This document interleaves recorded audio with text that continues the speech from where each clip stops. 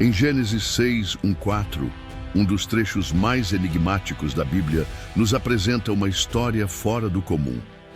Quando os homens começaram a multiplicar-se na terra e lhes nasceram filhas, viram os filhos de Deus que as filhas dos homens eram formosas e tomaram para si mulheres de todas as que escolheram. Naqueles dias estavam os nefilins na terra.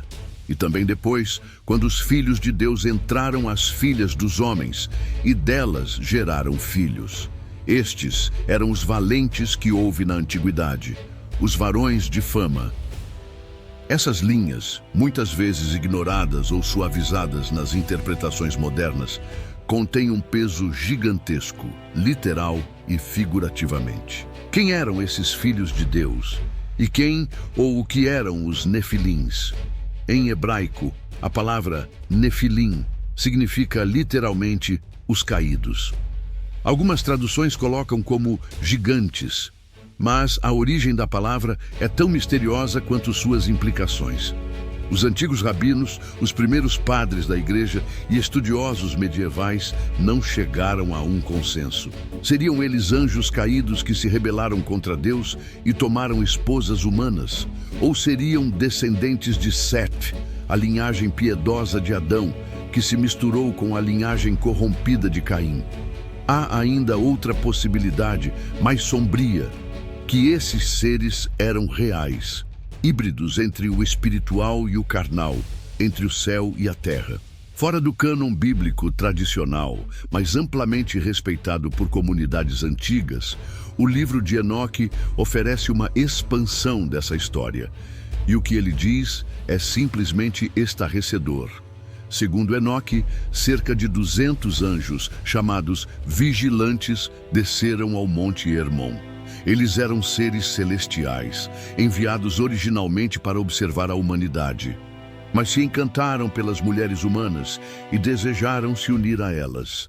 Esses vigilantes, liderados por um anjo chamado Semjaza, selaram um pacto.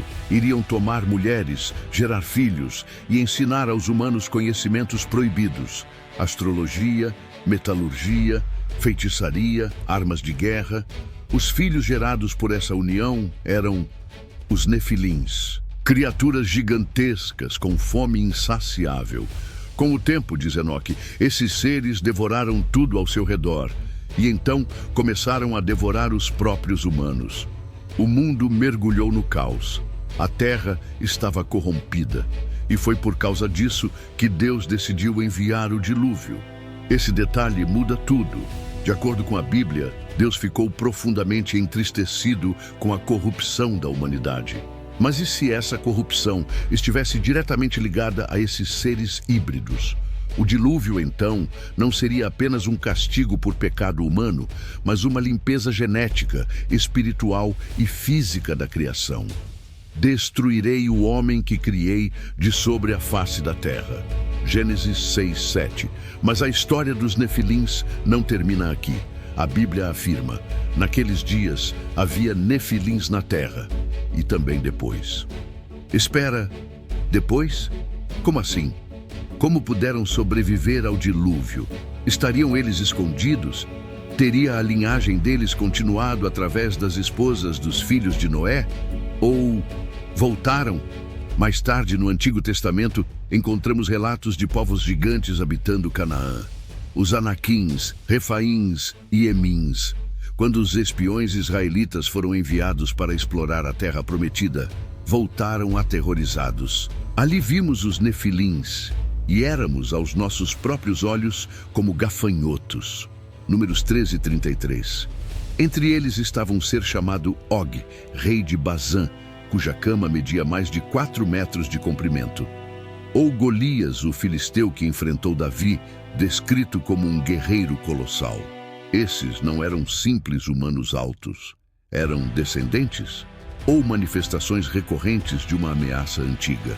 Agora deixamos um pouco os textos sagrados e entramos nas sombras da arqueologia e mitologia. Em diversas partes do mundo, há lendas sobre gigantes. Os maias, os astecas, os gregos, os nórdicos, todos falam de eras anteriores onde gigantes dominavam a terra. Na América do Norte, ossadas colossais foram relatadas no século XIX, antes de desaparecerem misteriosamente. Teorias sugerem que essas descobertas foram abafadas. Museus negam, mas relatos permanecem em diários de exploradores, fotos antigas, documentos esquecidos. E se os nefilins fossem reais? E se a Bíblia fosse uma das poucas fontes que ousaram preservar esse conhecimento? Mas o que realmente aconteceu com eles? Alguns estudiosos e teólogos afirmam que os nefilins não desapareceram completamente. Eles acreditam que essas entidades não eram apenas carne e osso, mas também possuíam um componente espiritual, algo além do que a ciência consegue explicar. Assim, mesmo que seus corpos tenham sido destruídos, suas essências, seus espíritos, poderiam ter continuado.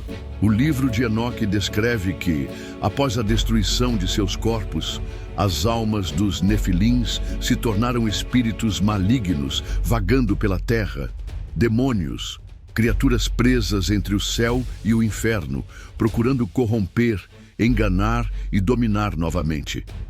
Essa crença não se limita aos apócrifos. O próprio Novo Testamento faz alusão a anjos que foram presos em correntes eternas, aguardando o juízo final. Em 2 Pedro 2,4 e em Judas 1,6, os textos falam de anjos que pecaram, que foram lançados em abismos. Para muitos estudiosos, essa é uma referência direta aos vigilantes, os pais dos nefilins. E há algo ainda mais intrigante. Ao longo da história, diversas civilizações construíram monumentos grandiosos, complexos demais para a tecnologia da época. As pirâmides do Egito, as ruínas de Baalbek, com pedras de 1000 toneladas perfeitamente encaixadas. Machu Picchu, construído em encostas inacreditáveis. Seriam esses vestígios de uma era onde os nefilins, ou seus descendentes, ainda influenciavam os humanos. Algumas teorias sugerem que os gigantes possuíam conhecimentos avançados, talvez ensinados por seus pais celestiais, astronomia, arquitetura, metalurgia, engenharia, muito antes do tempo considerado possível.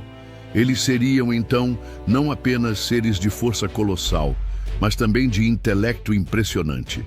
As tradições antigas, como as sumérias e egípcias, falam de deuses que vieram do céu e ensinaram os homens. Seriam esses deuses os mesmos vigilantes ou os próprios nefilins, reverenciados por povos que não compreendiam o que viam? Em tempos mais recentes, arqueólogos e exploradores relataram a descoberta de ossadas gigantescas, esqueletos com mais de 3 metros de altura. Muitas dessas histórias vieram acompanhadas de descrições de crânios alongados, mandíbulas enormes, dentes duplos, 6 dedos nas mãos e nos pés. Algumas tribos nativas americanas contam sobre batalhas antigas contra gigantes canibais, enterrados em cavernas sagradas. Mas quase sempre esses achados desapareceram.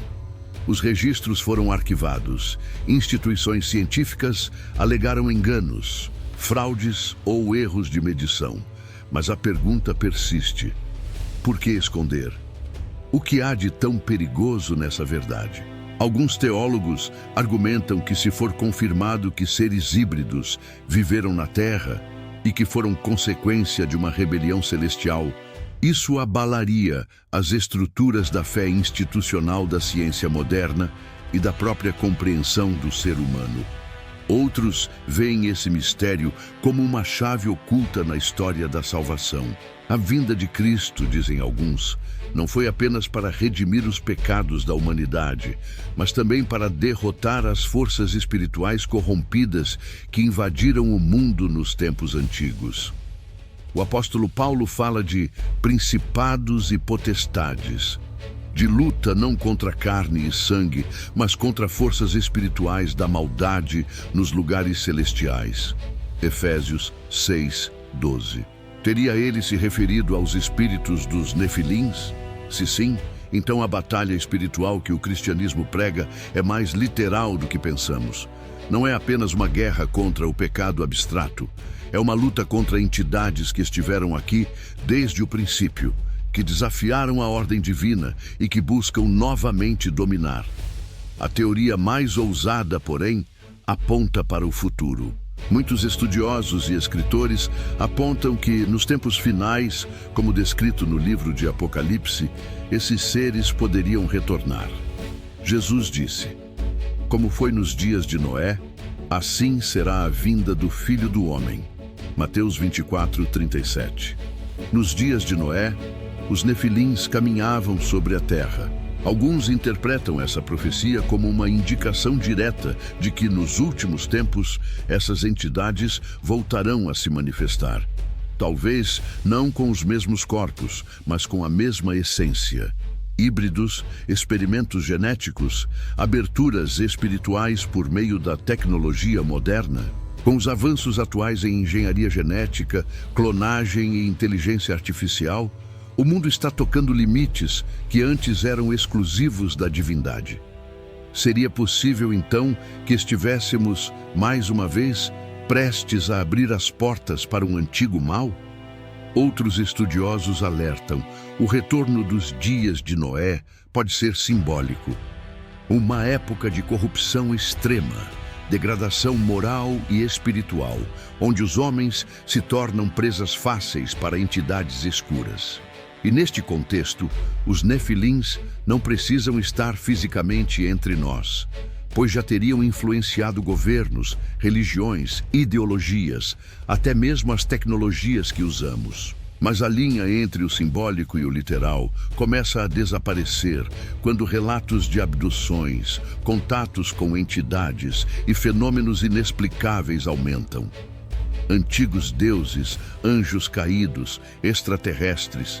Será tudo a mesma coisa, sob nomes diferentes? Talvez o que os antigos chamavam de filhos de Deus, hoje sejam apresentados como visitantes de outras dimensões. Talvez os nefilins nunca tenham ido embora.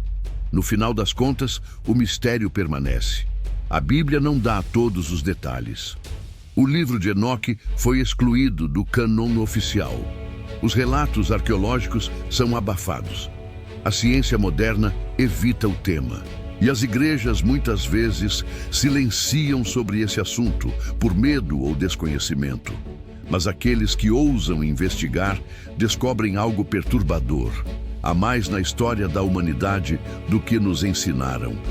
E os nefilins são a ponta do iceberg. Eles nos lembram de que o mundo espiritual é real, que forças maiores atuam na Terra e que, talvez, estejamos caminhando novamente rumo ao mesmo erro antigo.